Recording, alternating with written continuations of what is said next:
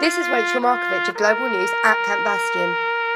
Information is still sketchy and unconfirmed, but we are hearing accounts of a large stand at the airport. This is Alex Davis of KBC News on a dark day in Kabul. The president was recovered safely. I've spoken to one anonymous source who told me that the bravery shown was just extraordinary in very close-in fighting, and it was a miracle that the president made it out. At home for news of their loved ones. There is a large cordon here in Kabul around the area that was affected.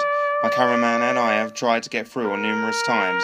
It's a ring of steel, and we are still hearing scattered gunfire. Treated for his injuries in Germany. With Rolling Stone was rescued by coalition forces. It was a coordinated attack across multiple locations.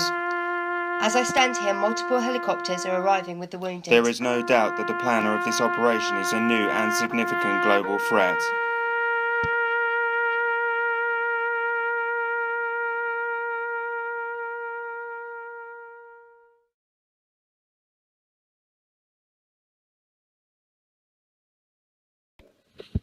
The incident in Kabul rocked the special operations and intelligence communities to the core, with the dead repatriated, the buildings repaired, and another star placed on the wall in Langley.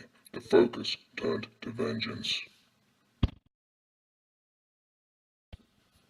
Within 2 weeks after an intensive intelligence operation, the NSA pinpointed the location they believed the benefactor, the Kabul siege financer, to be operating.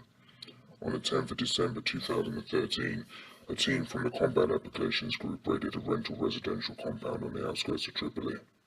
Unfortunately, it was a dry hole, but there was an evidence that somebody was occupying the property up to recently. Disappointed but unmoved from their purpose, they got back to work to track his next move. By January 2014, focus turned to Colombia, with sightings reported within 48 hours of the Tripoli operation. Intelligence teams were able to gather that the benefactor had aligned himself with a splinter group from FARC. The benefactor. You call him a terrorist. I call him a freedom fighter. What you say is evil. I say it's necessity.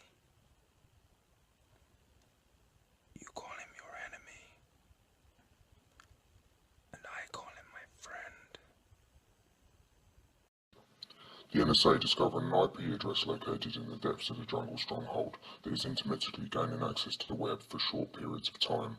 Believing this to be the benefactor getting messages to his followers worldwide, they begin a slow task of tracking the exact source of the connection. They enlist the help of CIA Station Chief Lewis Clark to help on the ground.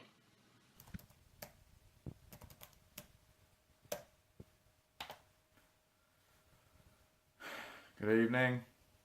Mr. Clark, this is the Naturalist Society of America. What can I do for you today? The rare bird we're looking for, the emerald condor, has been sighted in Colombia. We would be very grateful if you could find it. I understand.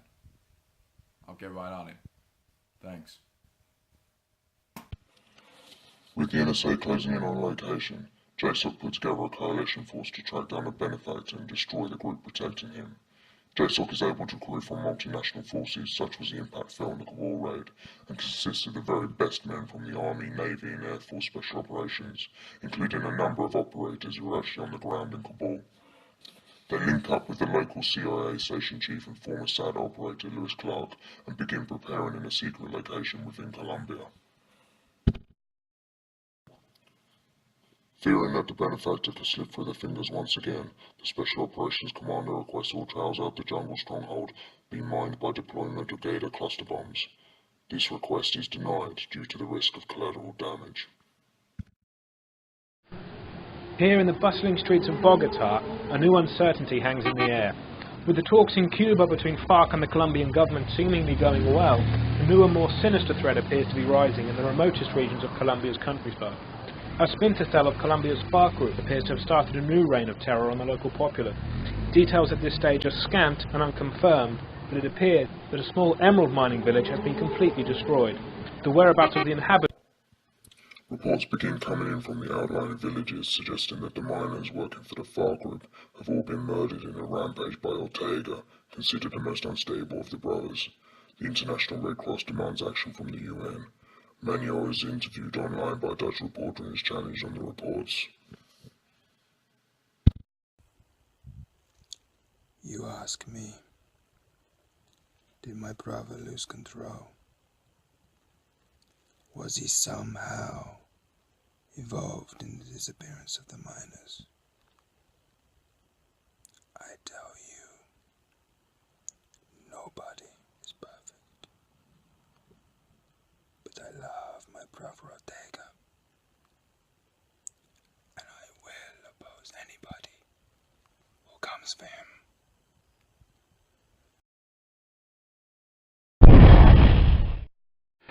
Good afternoon. I come to you from as close as we can get to the scene of the American P-3 Orion surveillance aircraft crash. Behind me, smoke billows into the air. At this stage, the cause of the crash is unknown, but witnesses in the crowd behind me state a large fireball and explosion was seen in the sky shortly before the crash. At this stage, again, the crash site cannot be reached due to the remoteness and the threat from FARC guerrillas. Ed Winchester, South America Today. An Orion spy plane piloted by the ISA shot down over the jungle stronghold. All of the crew are believed lost. The ISA were using advanced hardware to get a trace on the benefactor. The loss enforces the belief that FARC are equipped with state-of-the-art air defense. This is later confirmed by Ortega in a web broadcast. I've asked why we have left the main FARC group. This is simple. The FARC, they are weak. They no longer represent the will of the people. They represent the will of this government. The West, they will come. They will invade. We have proved what we can do. The FARC have downed a new plane already with one of our new weapons. Viva la FARC! Viva la revolution! Viva el hermanos muerte! Good morning. I come to you from a scene of utter devastation and chaos here at the site of the bombing of the US Marine Corps barracks in Bogota. This event has shook the world, it has shook the Colombian people, and it has shook the US to its very core. The world will wait with bated breath to see what action the United States will take next. This is Ed Winchester, Bogota, for South America Today. Secure in his new surroundings and the newly proven capabilities of the DeSantis, the benefactor returned to his plans of destruction of the West. From his safe house, he coordinates an ambitious and brazen attack on the Marine Corps training camp in Bogota. His message is clear. You know where I am, but you can't stop me. What? Yeah, patch it through. The blast smashed windows in at least 30 buildings. Scraps of the destroyed car were left scattered in one of the city's main avenues. At least 9 people were injured, though there were no reports of deaths. The city's police chief said leftist rebels could be to blame.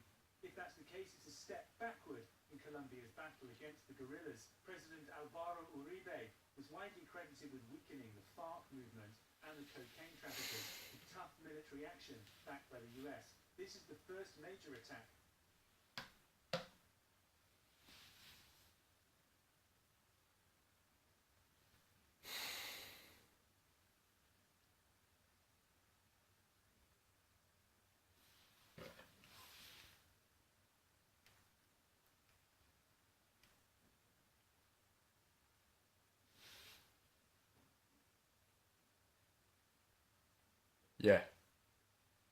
Yeah, I'm watching it now. Look, yeah, man, look, we gotta do something about this guy. Yeah, I know. Drones ain't giving us shit either. Guy's hiding in a fucking treehouse and he's still hitting us. Yeah, I agree. Yeah, don't worry about that. I got your back. Send the team. That'll shake things up a bit.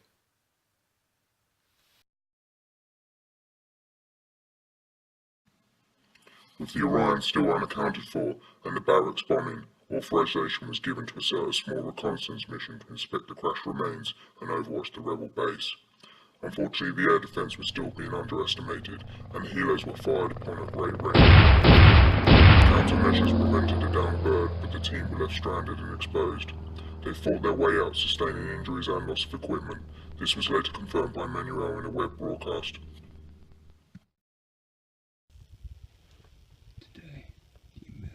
Americans came, and we showed our strength. They ran, and they left their toys. Tomorrow, we war.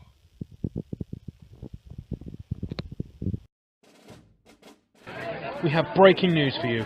After the earlier shooting down of the US surveillance aircraft, it appears there are sightings of what are reported to be US helicopters and soldiers engaging suspected FARC rebels close to the location of the crash. Local roads are full of civilians and their possessions, fleeing the thought of an escalation of this conflict. Once again the world, and the Colombian people especially, wait with bated breath to see what the next chapter will be. Ed Winchester, South America. The West, as expected, they came for us. Soon, they will be back with more. Brothers, prepare to defend yourselves. Viva la FARC! Viva la revolution! Viva los mones muerte! Yes, Admiral. Yes, sir. Yeah, I've just got back. Yes, sir. It's an unfortunate series of events. Yes, sir. We have everything ready to go. Yes, sir.